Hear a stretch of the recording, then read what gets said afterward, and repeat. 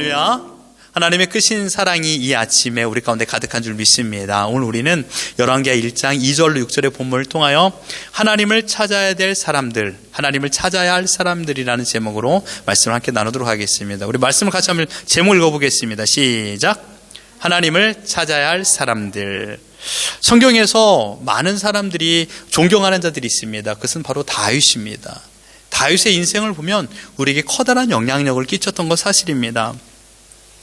다윗이 어떻게 인생을 살았는지를 한마디로 표현하는 것이 열왕기상 15장 5절입니다. 우리 같이 한번 읽어보겠습니다. 시작.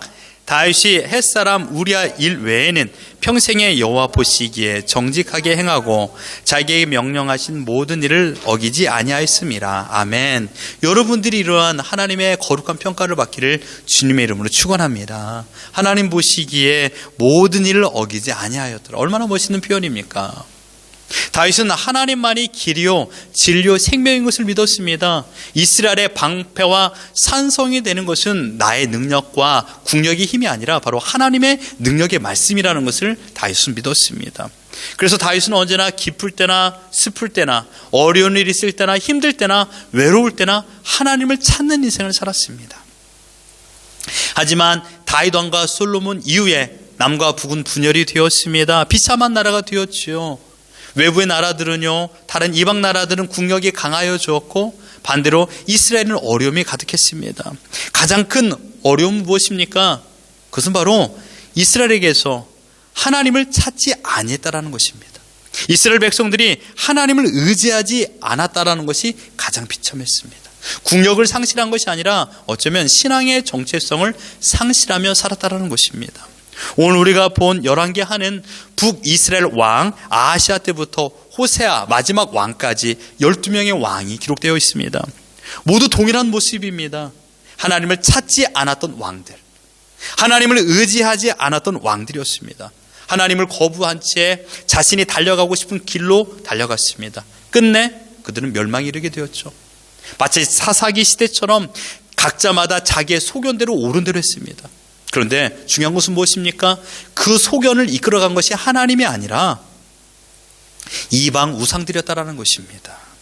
하나님의 부르심에 순종하지 않았던 그들은 아수르에게 끝내 멸망하게 되었습니다. 여러분, 남유다는 어떻습니까? 그들과 동일한 모습입니다. 물론 순간순간마다 종종 선대 왕들의 악행을 모두 다 없애고 깨끗하고 정결한 모습으로 살았던 왕들이 있었습니다. 하지만 그들이 가지고 있던 선과 하나님을 따르는 말씀보다 악이 더 강하여서 하나님을 거부하게 되었고 끝내 그들은 바벨론에게 멸망을 당하게 되었던 것이죠. 오늘 우리가 읽은 본문은 북이스라엘의 모습을 확실히 보여주는 왕의 일대기입니다. 오늘 본문에서 방향을 잃은 한 왕을 만나게 됩니다. 그의 인생은 한마디로 하나님을 찾지 않았습니다. 그는 바로 아하시아, 북이스라엘의 8대 왕입니다. 이 사람에 관하여 이력서를 열왕기상 22장 51절로 53절에 말하고 있는데 우리 52절을 같이 한번 읽어보겠습니다. 시작. 저가 여호와 보시기에 악을 행하여 그 아비의 길과 그 어미의 길과 이스라엘로 범죄케 한 느밧의 아들 여로보암의 길로 행하며 바알을 섬겨 숭배하여 이스라엘 하나님 여호와의 노를 격동하기를 그 아비의 온갖 행위같이 하였더라. 아멘. 여기서 저라는 것은 바로 아하시아입니다. 아하시아의 아버지는요 아합입니다. 아합은 남과 북의 39명의 왕들 중에 가장 악한 왕이었습니다. 그의 어머니는 이세벨입니다. 아하시아는 무엇을 보고 자랐을까요? 하나님을 찾는 모습을 아빠에게서 배우지 않았습니다. 아방에 있어서 하나님은 이세벨이었습니다. 하나님을 하나님으로 인정하지 않고 이세벨의 말이 하나님의 말이 되어서 그 모든 나라를 통치하는 데 기준이 됐던 것이죠. 힘들고 어려운 일이 있을 때마다 하나님을 의지하지 않았습니다. 우상을 섬기는 모습을 매일마다 아하시아는 보고 자랐던 것입니다. 아합은 가끔 하나님 앞에 회개한 적도 있습니다. 그러나 그 회개는 가짜였습니다. 그리고 아무런 능력이 나타나지 않았죠. 이세벨의 유혹과 이세벨의 가르침에 따라 끝내는 하나님을 멀리하게 되었고 아합 왕은 끝까지 하나님을 찾지 않은 채 마지막 생을 전쟁터에서 마감하게 되었습니다. 그 이후에 아하시아가 준비되지 않은 상태로 왕이 올라가게 됩니다. 무엇이 준비되지 않았을까요? 하나님을 의지하는 법, 하나님을 찾는 법을 전혀 훈련하지 아니한 채 그런 왕이 올라가게 된 것입니다. 그리고 얼마 지나지 않아서 아하시아에게 큰 어려움이 찾아왔습니다. 그것은 바로 오늘 2절입니다. 같이 한번 읽어보죠. 시작. 아하시아가 사마리아에 있는 그 다락 난간에서 떨어져 병들매 사자를 보내며 저희더러 이르되 가서 에그론의 신 바알세붓에게 이 병이 낫겠나 물어보라 하니라. 여러분, 떨어져서 다칠 수는 있습니다. 넘어져서 무릎이 깨질 수도 있고요. 쉽게 치료가 가능합니다. 그런데 아하시아에게는 중병이 들었습니다. 분명 그도 치료하였을 것입니다. 하지만 치료 불능의 상태가 되었습니다. 이때 어떻게 해야 옳은 모습일까요? 하나님을 찾아야 되건만 그는 자신의 부모로부터 하나님을 찾는 법을 배우지 못했기 때문에, 하나님을 의지하는 것을 배우지 못했기 때문에 그 또한 아버지, 어머니가 있던 모습 그대로 지금 바알세붓에게 무릎으로 자신의 사신들을 보내게 되었습니다. 에그론은 어떤 지역입니까? 블레셋의 큰 도시 5개 중에 제일 높이 최북단에 있는 이 도시가 바로 에그론입니다. 그럼 블레셋은 누구죠? 하나님을 대적했던 대표적인 나라입니다. 하나님을 거역했던 나라입니다. 그래서 이스라엘과는 항상 대적 관계를 이루고 있었던 것이죠. 에그론이라는 곳에서 이 섬기는 도시 신이 바로 바알세붓이었습니다. 여러분, 아하시아는 너무나도 우상을 섬기는 것이 익숙했습니다. 왜요? 자신의 부모님들이 그렇게 살았던 것을 보았기 때문이죠. 그런데요, 이 우상의 실체를 보면 너무나도 어이가 없습니다. 이 바알세붓이라는 단어는 두 단어의 합성어입니다. 첫 번째는 바알, 이게 바로 왕, 신, 남편, 주인이란 뜻이에요. 세붓이라는 것은 여러분 잘 알고 있는 파리입니다. 파리. 여러분 주방에 파리가 있으면 어떻게 하죠? 파리채로 아니면 손바닥으로 가능한 넓적한 것으로 바로 때립니다. 근데 지금 이 바알세붓은 파리의 왕이 되는 것입니다. 근데 아하시아는요, 이 파리를 섬겼습니다. 파리가 우리를 지켜줄 것이다. 여러분, 파리가 여러분을 지켜줄 거라고 믿습니까? 우리의 상식으로는 이해가 되지 않아요. 그러나 그 당시에는요, 곤충을 통하여서 많은 전염병이 온다라고 생각을 했어요. 그래서 파리가 숫자가 많지 않습니까? 야, 이 파리를 섬기면 이 파리가 숫자가 많으니까 우리를 지켜줄 거다라고 해서 에그론에서는 이 파리의 왕으로 바알세붓을 섬겼던 것입니다. 우리의 보기에는 어이가 없었지만 아하시아는 자신의 어머니가, 아버지가 그렇게 우상을 섬기는 것을 보았기 때문에 익숙한 광경이었습니다. 하나님을 찾지 않고 우상을 찾았던 하나님의 반응은 두 가지였습니다. 첫 번째로 안타까움이었습니다. 안타까움의 모습을 우리 3절에 한번 보겠습니다. 3절 시작. 여호와의 사자가 디셉 사람 엘리야에게 이르되 너는 일어나 올라가서 사마리아 왕의 사자를 만나 그에게 이르기를 이스라엘에 하나님이 없어서 너희가 에그론의 신 바알세붓에게 들어가느냐.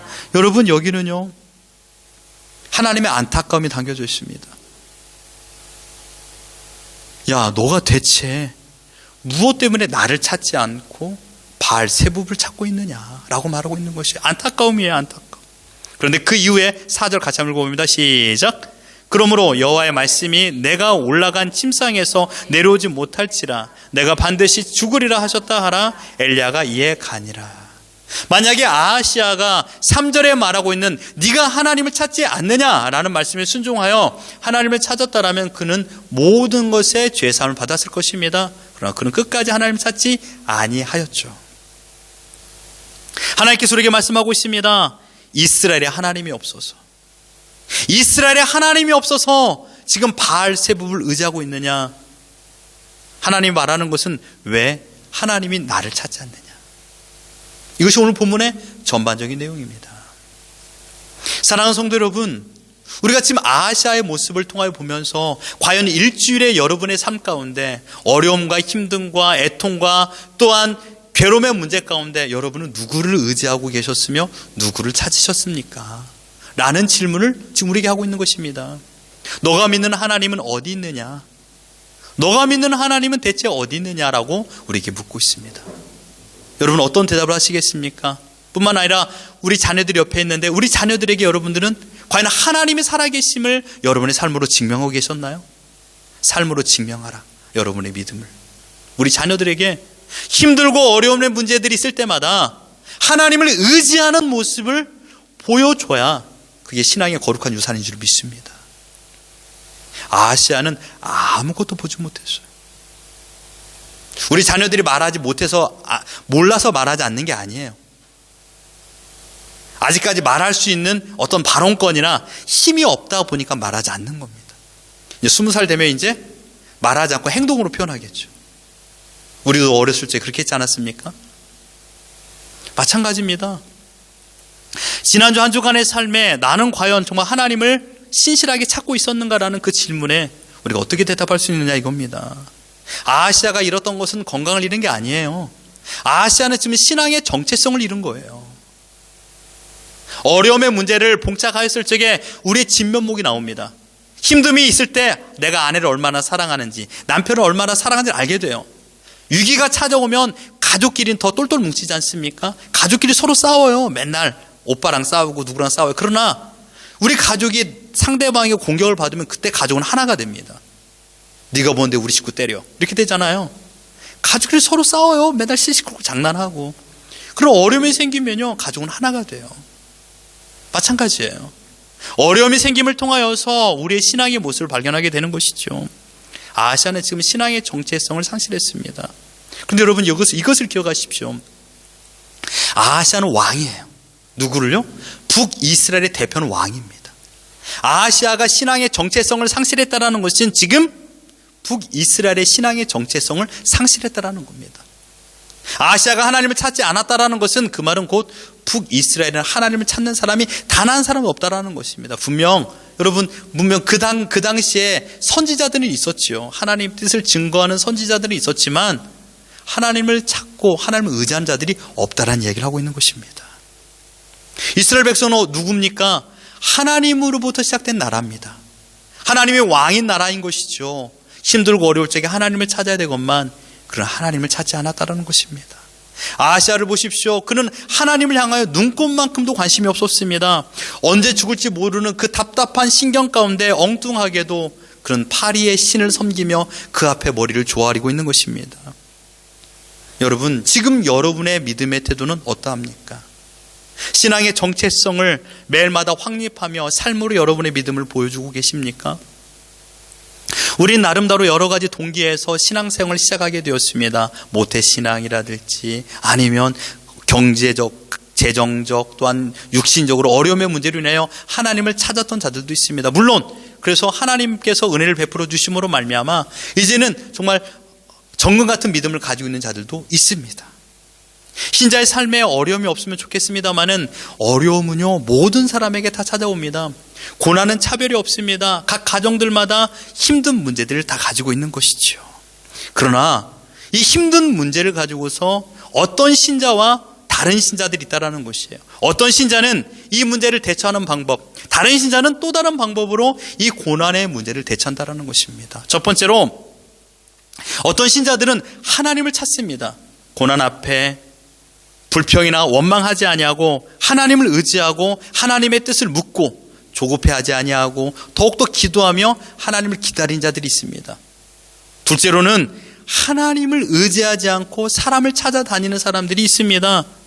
왜요? 하나님이 눈에 보이지 않으니까요. 눈에 보이는 힘이 있는 사람, 권력 있는 사람을 찾아갑니다. 그래서 나를 도와달라고 외치게 되는 것이죠.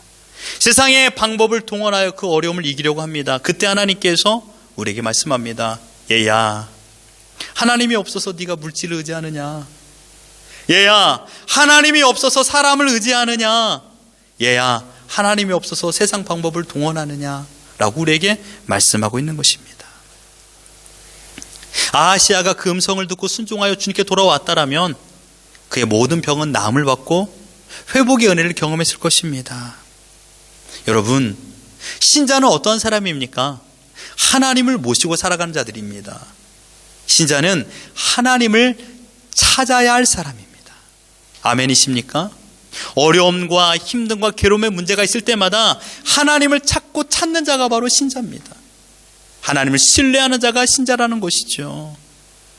여러분, 어려움이 닥칠 때 우리가 어떤 모습을 가져야 바른 모습일까요? 다른 게 아닙니다. 답은 쉽습니다.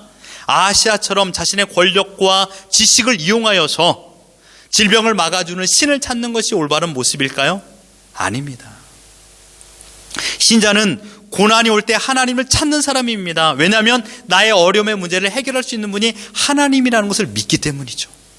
그러나 더 나아가서 여러분, 신자는요, 어려움이 있을 때마다 하나님을 찾는 것이 아니라 자신의 모든 인생에 즐겁고 힘들고 괴로울 때도 하나님을 찾는 자, 곧 하나님 안에 거하는 것이 신자인 줄 믿습니다.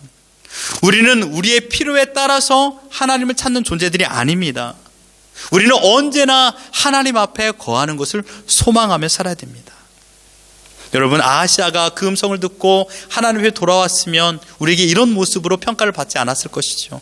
외려 그는 반대로 자신에게 이 귀한 하나님의 메시지를 전달했던 엘리야를 죽이기 위하여서 군대를 파견하는 것을 보게 되지 않습니까?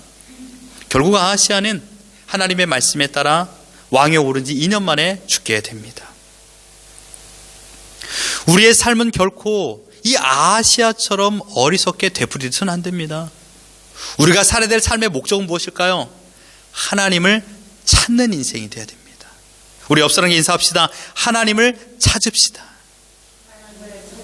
하나님을 찾으십시오. 하나님을 찾아야 됩니다.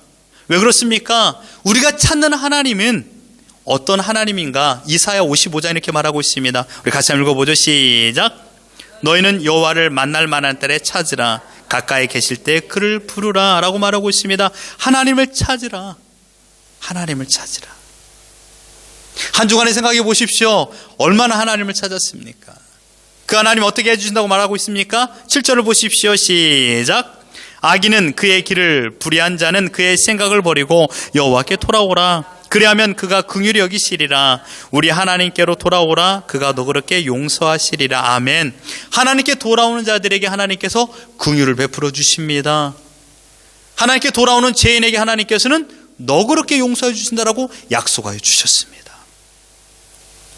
긍휼이 무엇입니까? 긍휼은 은혜라는 단어입니다. 갚을 능력이 없는 자에게 무작정 공급해 주는 것이 은혜입니다. 하나님께서 우리에게 어떤 갚아내라고 말씀한 적이 없어요. 긍휼이라는 게 바로 그런 거예요. 세상은요, 기브앤테이크잖아요. 주는 거 있으면 받는 것이 있지만 하나님은 그러신 분이 아니에요. 하나님은 하나님을 찾고 하나님께 돌아온 자들에게 무작정 공급해 주세요. 또한 너그럽게 용서해 주시는 분입니다. 인간은요, 제한적인 용서를 가지고 있어요. 왜요? 힘과 능력이 없기 때문이죠. 그러나 하나님은요, 무제한적인 용서를 가지고 있습니다. 우리가 어떤 죄를 범하였음에도 불구하고 회개하고 주님을 찾으면 다 너그럽게 용서해 주신다라고 약속하여 주셨습니다. 지난날 여러분들의 삶에 내 뜻대로 일이 되지 않았을 적에 여러분 어떤 생각을 하십니까? 내 생각들이 되지 않을 때, 내 계획대로 일이 진행되지 않을 때 우리는 원망하고 불평합니다. 그러나 이 다음 구절 말씀을 읽어보십시오. 같이 한번 읽어봅니다. 시작. 이는 내 생각이 너의 생각과 다르며 내 길은 너의 길과 다름이니라. 여호와의 말씀이니라. 이는 하늘의 땅보다 높음 같이 내 길은 너의 길보다 높으며 내 생각은 너의 생각보다 높음이니라. 아멘. 하나님을 찾고 하나님을 바라보는 자들에게 하나님의 뜻을 가르쳐주며 하나님께서 길을 열어주신다고 약속해 주셨습니다. 그럼 우리는 일이 안 될 적에 하나님을 찾지 않고 원망하며 불평하며 내 잘못, 아니 상대방의 잘못, 정답을 찾으려고 하지 않습니까? 무엇 때문에 이 문제가 발생했는가? 물론 비교, 평가, 분석하는 건 좋아요. 그러나 그 이전에 하나님께 질문해야죠. 하나님을 찾는 것이 더 중요하다고 말하고 있습니다. 아하시아는 에그론의 신 바알세불을 찾지 않고 하나님을 찾아야만 했습니다. 우리 또한 마찬가지입니다. 어떤 상황 가운데, 힘든 가운데, 고난 가운데 찾을 자는 하나님이신 줄 믿습니다. 제임스 심프슨이라는 사람은 이 1847년 이 클로로포름이라는 마취제를 개발했습니다. 발견했죠. 그 사람으로 인하여서 여러분 수술할 적에 마취해서 고통을 없앨 수가 있었습니다.